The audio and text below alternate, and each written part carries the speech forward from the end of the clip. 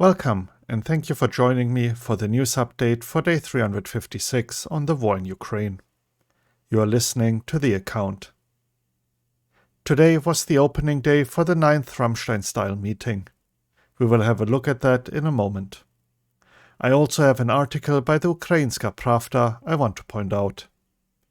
All other updates are grouped into the usual situation inside Ukraine, with a look at the latest dismissals and appointments in the Ukrainian Ministry of Defense, the occupied territories, Russia and Belarus, including updates regarding the Russian Ministry of Defense, Wagner PMC, and on yesterday's armored train story, and the international developments, containing an article highlighting why the US refuses to send ATACMS.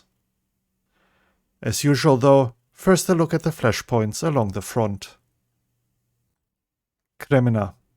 Russian attacks continue around the city. Repelled attacks were reported around Kremina, Kuzmine, and Shipilivka. Russia has committed a lot of troops to this area. Bakhmut. Ukraine reported repelled attacks around Paraskopivka and Bakhmut. In general, the intensity of Russian attacks is declining, it seems. It was already suggested earlier by the Institute for the Study of War, for example, that Russia will not be able to continue the high pace of offensive actions for long. Ukrainian channels continue to report Krasnahora as under Ukrainian control. Ukrainian fighters are not going to surrender Bakhmut in Donetsk Oblast to the Russian invaders. A multi-layer defense perimeter has been set up in the city. Volodymyr Nazarenko, deputy commander of the Svoboda Battalion, lieutenant of the National Guard of Ukraine, stated. The New York Times showed a video recording of a deliberate missile attack on a team of volunteers that Russians carried out in Bakhmut on February 2nd, killing Pete Reed, an American medic volunteer. Vuhledar. Russian attacks around the settlement continue without any notable success. So far, all we see from videos being shared online is massive losses on Russia's side in personnel and vehicles. Ukraine released a video today showing the destruction of an alleged TOS-1A thermobaric missile system. The footage was geolocated to the settlement of Volodymyrivka, located about 10 kilometers southeast of Vuhledar.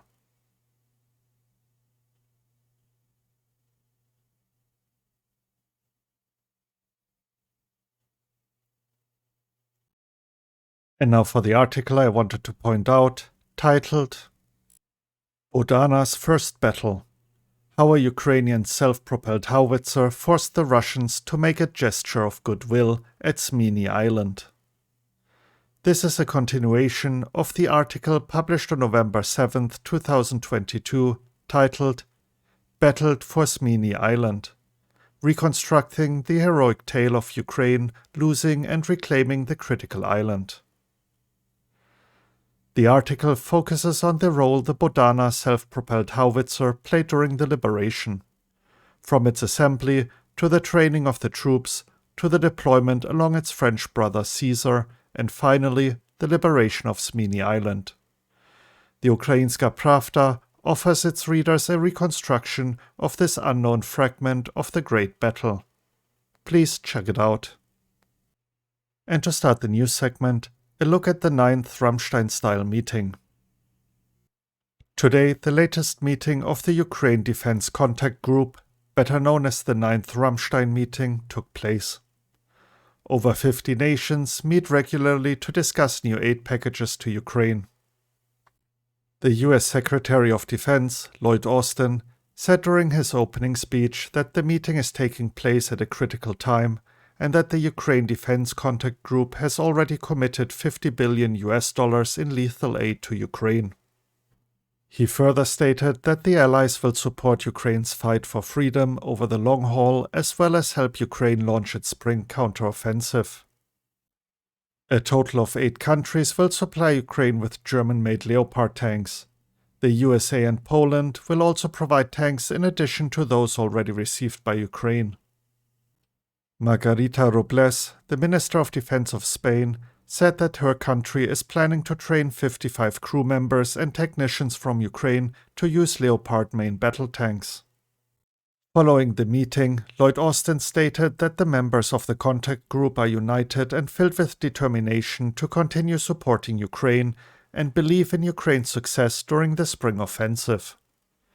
He further stated that Russian President Vladimir Putin's calculations at every step of his large-scale aggression against Ukraine were doomed to fail from the beginning. During his evening address, President Zelensky thanked Ukraine's partners for their commitments and said that at the 9th contact meeting for the defense of Ukraine in Brussels, the Western partners of Ukraine confirmed that Ukraine would receive more air defense systems, tanks, artillery and shells, as well as more training for its military. And now, the news updates out of Ukraine. The first Deputy Minister of Defense, Colonel General Ivan Rusnak, and the Deputy Minister of Defense for Digital Development, Oleg Haiduk, will be dismissed but will remain in the department's team as advisors to the head. Later today, the Cabinet of Ministers already appointed Ivan Rusnak as Ukraine's first Deputy Minister of Defense and Lieutenant General Alexander Pavlyuk as his successor. The mayor of Lviv, Andriy Sadovy, reported that almost all electrical substations have been destroyed in Lviv Oblast and most of the other damaged infrastructure cannot be repaired. Denis Shmyhal, the Prime Minister of Ukraine, said during a government meeting that after attacks on energy systems, Russians want to deprive Ukrainians of water now. His remarks come after it was reported that Russia has opened the waterlocks of the Dnipro reservoir and was draining it. 70% of the settlements that receive water from the Dnipro may lose access to drinking water. Yuri Inat, spokesman of the Air Force of the Armed Forces of Ukraine, confirmed that Russia has launched Russian reconnaissance balloons with angled reflectors into Ukraine. Next up, the latest regarding the situation in the occupied territories. According to the Berdiansk City Council, juvenile affairs committees have been created to force parents to send their children to schools run by the occupation authorities. A financial fraud scheme has been uncovered by Ukraine. A criminal group operating from occupied Donetsk is one of the organizers. They stole money from bank accounts belonging to residents of the currently occupied territories, including those who died or have been deported to Russia. The total amount stolen is roughly $2.7 million. Partisans of the ATACMS movement blew up a car in the temporarily occupied city of Nova Kakhovka, Kherson Oblast. Reportedly, 4 Russian servicemen and representatives of the special services were in the car. Moving on to the news updates from Russia and Belarus. Russian soldiers fighting in Ukraine are promised cash allowances as motivation to participate in assault operations and for each kilometer captured, the General Staff of Ukraine reported this morning. The Russian Ministry of Defense has begun to recruit prisoners for the war against Ukraine instead of the Wagner PMC. 3 major Russian crime bosses recruited by the Wagner PMC were killed in the war in Ukraine. They are 59-year-old Sergei Maximenko, 55-year-old Andrei Bereshnych, and 55-year-old Igor Kusk.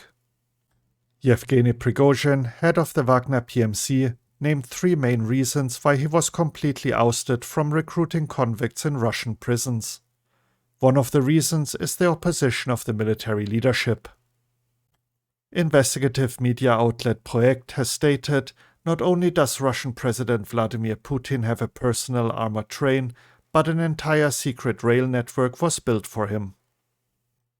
The Norwegian intelligence reports that Russia has begun deploying ships armed with tactical nuclear weapons in the Baltic Sea for the first time in 30 years. And to wrap up the news segment, the international developments. During a press briefing, John Kirby, coordinator for strategic communications at the National Security Council, stated the following. The Russian army has not been able to overcome the problems it faced at the beginning of the full-scale invasion of Ukraine in a year. Vladimir Putin is not making good decisions, nor has his military with respect to their performance on the battlefield. Putin changes generals like I change socks. That was a genuine statement by John Kirby. As the first anniversary of Russia's invasion of Ukraine approaches, US officials have informed Ukrainian authorities that a critical moment is approaching to change the trajectory of the war. At a recent meeting at the Pentagon, US officials told Kyiv representatives that the US does not have enough stocks of long-range missiles, and therefore the country is not ready to provide Ukraine with ATACMS. Germany has signed contracts with the Rheinmetall company to renew the manufacture of ammunition for Gepard self-propelled anti-aircraft guns, which it earlier supplied to Ukraine, according to the German Defense Minister Boris Pistorius. There will be no short-term end to the war, Pistorius said. Russian forces do not currently have the capacity to threaten a new offensive on Kyiv, US Chairman of the Joint Chiefs of Staff Mark Milley said. Norway has decided to send 8 Leopard 2 tanks and up to 4 special-purpose tanks to Ukraine. The Defense Ministry of the Netherlands reported late last night that 2 Dutch F-35 fighters intercepted 3 Russian military aircraft over Poland and escorted them out of the airspace. And now for the Intelligence Report segment, starting with the United Kingdom's Ministry of Defense update. In the last 3 days, Wagner Group forces have almost certainly made further small gains around the northern outskirts of the contested Donbas town of Bakhmut, including into the village of Krasna Hora. However, organized Ukrainian defense continues in the area. The tactical Russian advance to the south of the town has likely made little progress. In the north, in Kremena-Svatove sector of Luhansk Oblast, Russian forces are making continuous offensive efforts, though each local attack remains on too small a scale to achieve a significant breakthrough. Russia likely aims to reverse some of the gains Ukrainian forces made over September to November 2022. There is a realistic possibility that their immediate goal is to advance west to the Sherberets River. Overall, the current operational picture suggests that Russian forces are being given orders to advance in most sectors, but that they have not massed sufficient offensive combat power on any one axis to achieve a decisive effect. A look at the latest assessment by the Institute for the Study of War. Using poorly trained mobilized soldiers to replenish battle-damaged units is unlikely to help Russia in its large-scale offensives or rapid advance attempts, the Institute writes. The mobilized soldiers have likely received limited individual training and lack the unit cohesion and professional training or experience necessary for large-scale offensives. Russia's recent failures in Vuhledar, a town that sits about 150 kilometers southwest of Bakhmut, points to the poor training of the newly mobilized Russian soldiers, the researchers argued in their February 10th assessment already. The Institute also cited a Russian serviceman from the 155th Naval Infantry Brigade who participated in an assault on Vuhledar as having told a Russian opposition news outlet that the brigade was 80% to 90% staffed with mobilized men because the Russian military command consistently reinforces Russian units with mobilized servicemen. While Russia could deploy additional mobilized units that are able to conduct sound operations around Vuhledar, the likelihood that these soldiers become effective, cohesive units capable of conducting successful offensives in the near future remains low. The assessment further looked at the impact of the deliberately brutal extrajudicial execution videos and generally graphic content in the Russian information space, and the promotion by the Russian authorities of self-censorship measures. And to wrap up the report, the evening update by the General Staff of Ukraine. The enemy, despite significant losses, has not yet given up its intention to reach the administrative borders of Donetsk and Luhansk oblasts. The enemy continues to focus its main efforts on conducting offensive actions in the Kupiansk, Liman, Bakhmut, Avdiivka, and Shakhtar directions. Enemy aviation is active. In order to compensate for the large-scale military losses of the Russians during the hostilities, approximately 2 brigades of servicemen of the Russian occupation forces from among the mobilized and volunteers are being trained in the training center on the territory of the Kadamovsky training ground of the Russian Federation. The main part of Russian military personnel is undergoing a 3-week training course. Separate groups take a 2-week course. As a result, a low level of readiness to perform tasks is noted. Since the beginning of this year, the training of recruits of the Wagner PMC has not been conducted on the territory of the training ground. Instructors of the training center are involved in training directly in the area of hostilities. And that concludes today's report. If you're interested in any of the articles, I included the links in the description as usual. Also, if you enjoyed the report and found it informative, please consider sharing it with others. Thank you for tuning in and have a great day. You were listening to The Account. Slava Ukraini.